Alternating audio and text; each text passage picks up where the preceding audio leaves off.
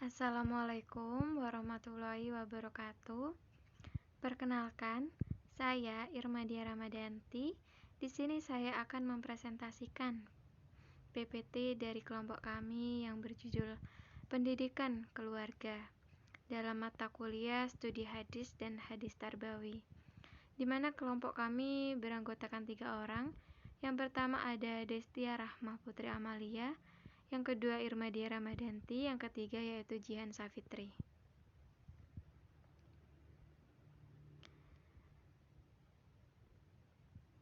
Pada pembahasan kali ini, saya akan membahas tentang menafsirkan hadis-hadis tentang menghormati orang tua. Yang pertama, saya akan mengulas tentang pengertian albir. Yang kedua, ayat-ayat tentang baik pada orang tua. Yang ketiga, tafsir ayat-ayat baik pada orang tua. Yang keempat, kedudukan berbuat baik pada orang tua. Yang kelima, keutamaan baik pada kedua orang tua. Yang pertama yaitu ada pengertian albir. Dalam bahasa Arab, albirru, yang artinya ketaatan, kesolehan, kebajikan, kebelas kasih, kebenaran, hal banyak berbuat kebajikan, kedermawanan. Bir al-walidain adalah berbuat kebajikan terhadap kedua orang tua. Yang selanjutnya yaitu ayat-ayat tentang baik pada orang tua. Disebutkan dalam Quran surat Maryam ayat ke-32, Wabaron biwalidati walam yaj'alni jabaron sakiyah, dan berbakti kepada ibuku dan tidak menjadikan aku seorang yang sombong lagi celaka.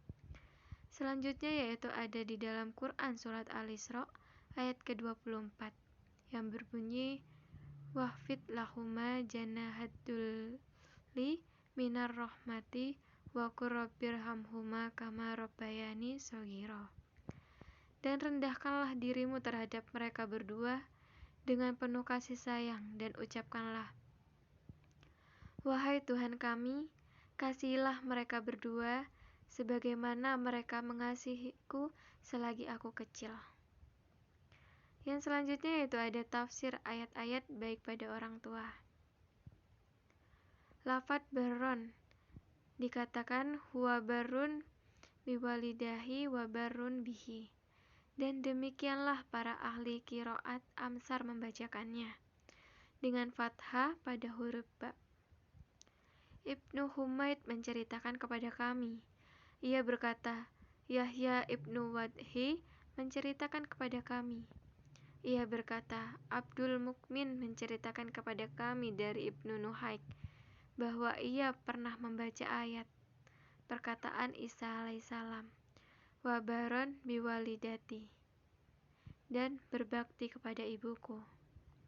Abu Nuhaik berkata, aku diberi wasiat untuk tetap menjaga sholat, menunaikan zakat, dan berbakti kepada kedua orang tua. Kedudukan berbuat baik pada orang tua disebutkan dalam Quran surat Al-Baqarah ayat ke-83. Dan ingatlah ketika kami mengambil janji dari Bani Israel, yaitu janganlah kamu menyembah selain Allah Subhanahu wa Ta'ala, dan berbuat baiklah kepada ibu bapak. Dan juga disebutkan dalam Quran surat An-Nisa ayat ke-36. Sembahlah olehmu Allah Subhanahu wa Ta'ala, dan janganlah kamu mempersekutukannya dengan sesuatu, dan berbuat baiklah kepada kedua orang tuamu.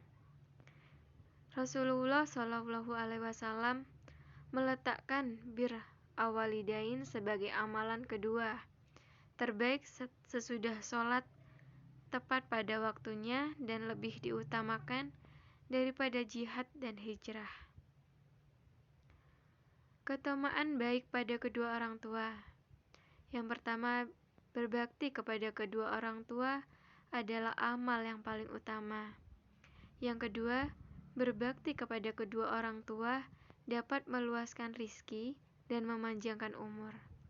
Yang ketiga, dimudahkannya segala sesuatu. Yang keempat, memperoleh imbalan surga dan dijauhkan dari malapetaka. Yang selanjutnya saya akan membahas tentang menafsirkan hadis-hadis tentang silaturahmi. Hakikat silaturahmi. Silaturahim berasal dari kata silah yang artinya hubungan atau menghubungkan.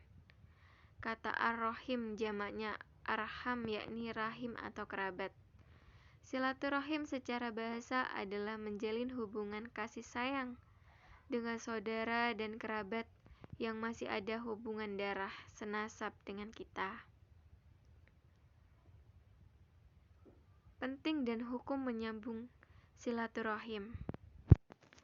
Manusia adalah makhluk sosial yang hidup berinteraksi dengan orang lain, dan tidak dipungkiri lagi bahwa manusia sangat membutuhkan orang lain. Di dalam Quran surat Al-Hujurat di ayat 13, "Wahai manusia, sungguh kami telah menciptakan kamu dari seorang laki-laki dan seorang perempuan. Kemudian kami jadikan kamu berbangsa dan bersuku-suku agar kamu saling mengenal. Sungguh, yang paling mulia di antara kamu di sisi Allah ialah yang paling bertakwa. Sungguh, Allah Maha Mengetahui, Maha Teliti."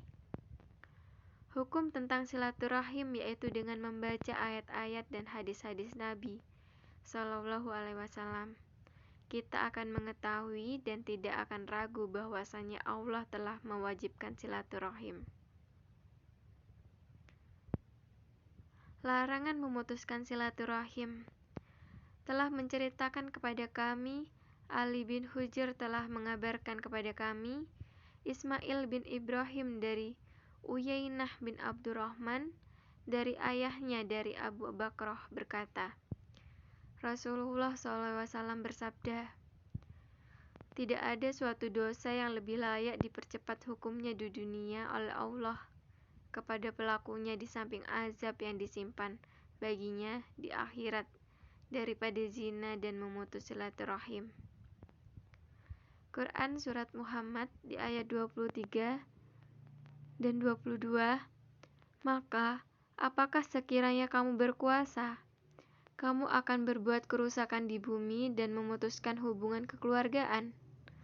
Mereka itulah yang dikutuk Allah, lalu dibuat tuli pendengarannya dan dibutakan penglihatannya." Yang selanjutnya yaitu adab-adab silaturahim. Yang pertama ada niat yang baik dan ikhlas. Yang kedua mengharapkan pahala. Yang ketiga memulai bersilaturahim dari yang terdekat. Yang keempat janganlah seorang bersilaturahim untuk mendapatkan balasan. Yang kelima terus-menerus menyambung tali silaturahim dengan orang yang memutusnya dan sabar menanggung gangguannya. Yang selanjutnya yaitu ada manfaat silaturahim. Dengan silaturahim, pahala dan berkah dalam kehidupan kita semakin berkah. Yang kedua ada manfaat silaturahim menurut Al-Faqih Abu Lais Samarqandi dalam buku Muhammad Habibillah, yaitu mendapatkan ridho dari Allah Subhanahu wa Ta'ala, menyenangkan malaikat karena malaikat juga sangat senang bersilaturahim, disenangi oleh manusia, menambah banyak rezeki dan berkah. Yang selanjutnya yaitu menafsirkan hadis-hadis tentang pendidikan setelah kelahiran. Tujuan pendidikan Islam dalam pandangan para ahli sekurang-kurangnya ditujukan untuk mampu membentuk dan mengembangkan manusia muslim yang menguasai ibadah mahdoh, dan secara maksimal mampu membentuk dan mengembangkan ahli-ahli ilmu agama Islam dengan segala aspeknya. Fungsi pendidikan Islam yang bertitik tolak dari prinsip iman, Islam, ihsan, dan atau akidah, ibadah, akhlak adalah untuk menuju suatu sasaran kemuliaan manusia dan budaya yang diridhoi oleh Allah Subhanahu wa Ta'ala. Pembicaraan hadis tentang prinsip-prinsip pendidikan.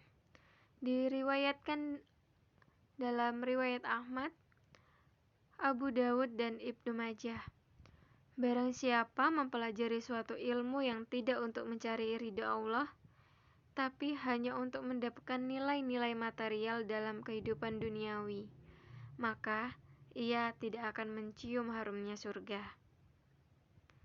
Yang selanjutnya itu ada riwayat At-Tirmizi dan Ibnu Majah. Dia menyebutkan bahwa barang siapa yang ditanya tentang suatu ilmu yang diketahuinya, lalu ia menyembunyikannya, maka dia dikekang pada hari kiamat dan kekang dari neraka. Selanjutnya itu ada pembicaraan hadis tentang pentingnya pendidikan anak sejak dini. Dalam riwayat Ibnu Ya'la, Al-Tabrani dan Al-Baihaqi dari Aswad Ibnu Sari, dia mengungkapkan bahwa semua anak yang dilahirkan atas kesucian sampai lisannya dapat menerangkan maksudnya, kemudian orang tuanya yang membuatnya jadi Yahudi, Nasrani, atau Majusi. Yang selanjutnya yaitu ada riwayat An-Nasai. Pilihlah olehmu tempat penumbuhan nutfahmu, karena darah itu mengalir terus.